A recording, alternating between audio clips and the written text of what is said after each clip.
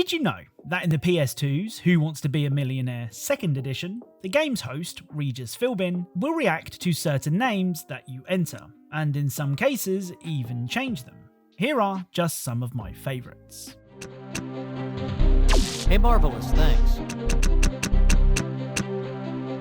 Hey, this isn't Who Wants to Be Regis.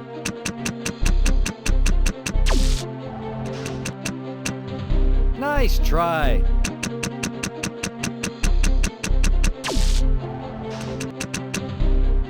I don't think so.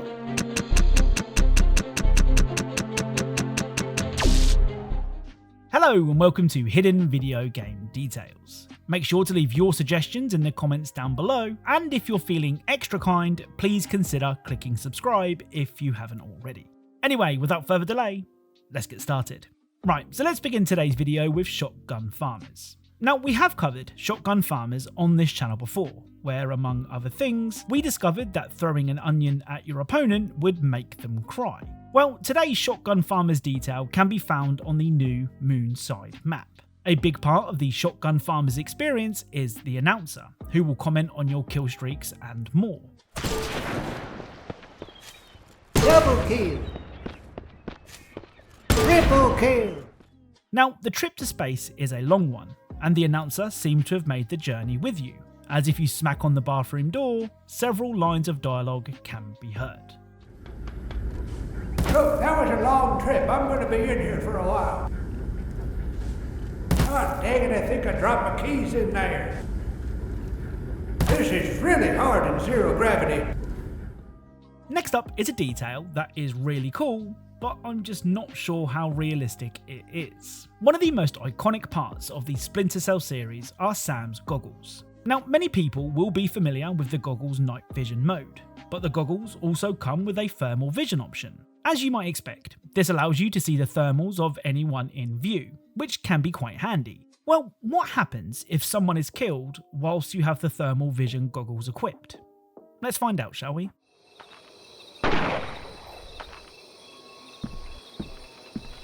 Is Shetland safely separated from the others?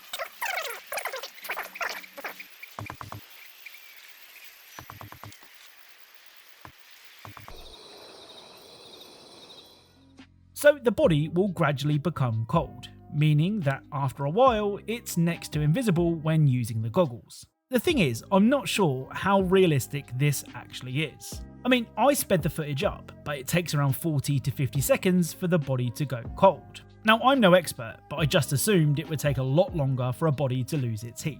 So let me know what you think in the comments down below. Next up is Black Mesa Blue Shift, with some of my favourite hidden details of 2023. First up is the fun you can have of a scientist using a laptop with a low battery. If you repeatedly unplug the charger from the wall, this will happen. Ah! Great Scott! Don't touch that socket. The laptop's battery is dead.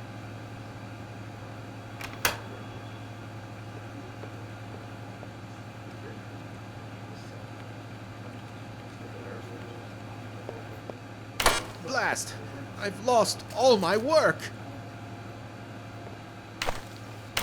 Do I need to have a word with HR about you? Do you seriously need that outlet? You don't even have a computer. Now you're just doing this on purpose.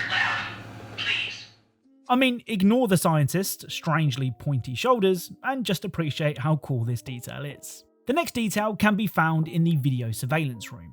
If you flick through the cameras, you can do this. There we go. All set. Ow!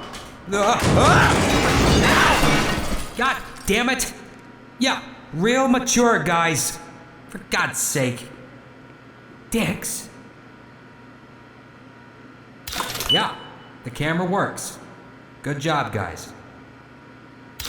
Weiler, if that's you, I'm gonna kick your butt.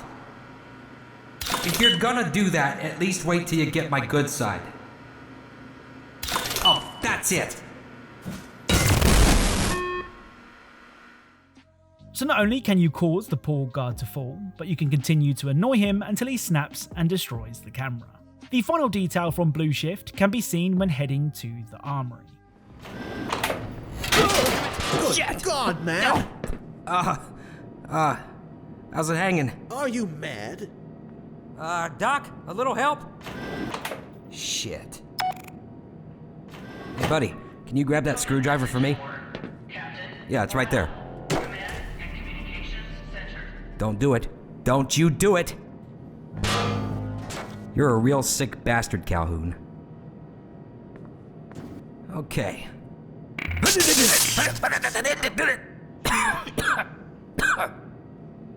I'm okay. So the guard will almost fall through the ceiling, dropping his screwdriver in the process. The unlucky guard will then ask you to pass him his screwdriver.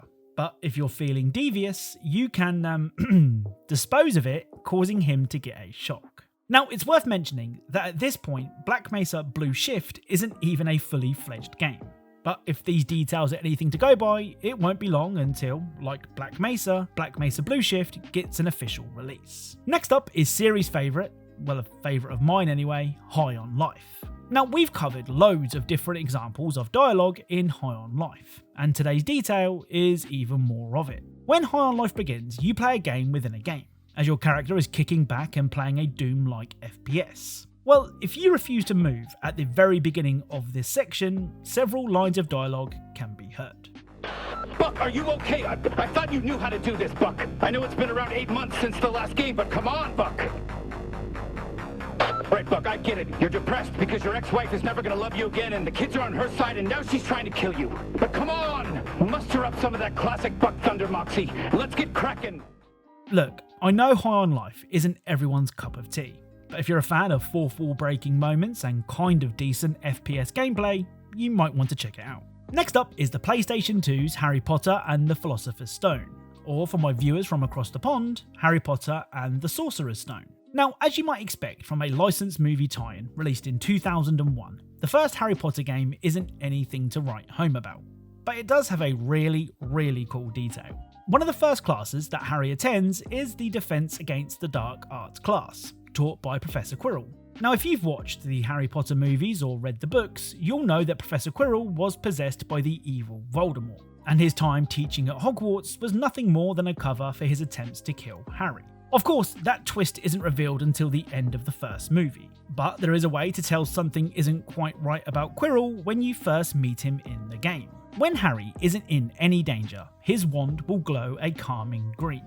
However, when near enemies, his wand will glow red. Well, if you stand next to Professor Quirrell, Harry's wand will be bright red, seemingly hinting at Voldemort's presence. I mean, for a movie tie-in released in 2001, this is pretty cool. Right, let's end today's video with Fallout 4. Now, some of the most popular videos on this channel are my sad details videos that I uploaded a few years ago.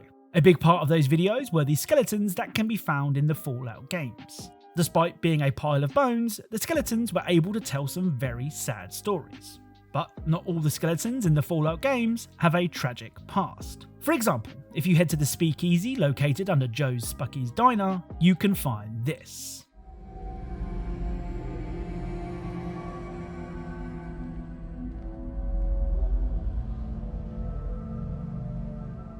So, from the looks of things, the person on stage was at some sort of open mic night, but their performance didn't go down well and they were pelted with tomatoes. Unfortunately for the budding performer, things only got worse, as the bombs then dropped, immortalising this moment in history forever. Now, whilst this is a cool visual, you do have to wonder how the tomatoes were still seemingly ripe on stage when the bombs dropped over 200 years prior. But don't let that distract you from a really cool skeleton. So that's it. If you enjoyed this video, then a like is really appreciated. Be sure to subscribe for more Easter eggs and details from your favourite games. Thank you all very much for watching, and I'll speak to you all soon.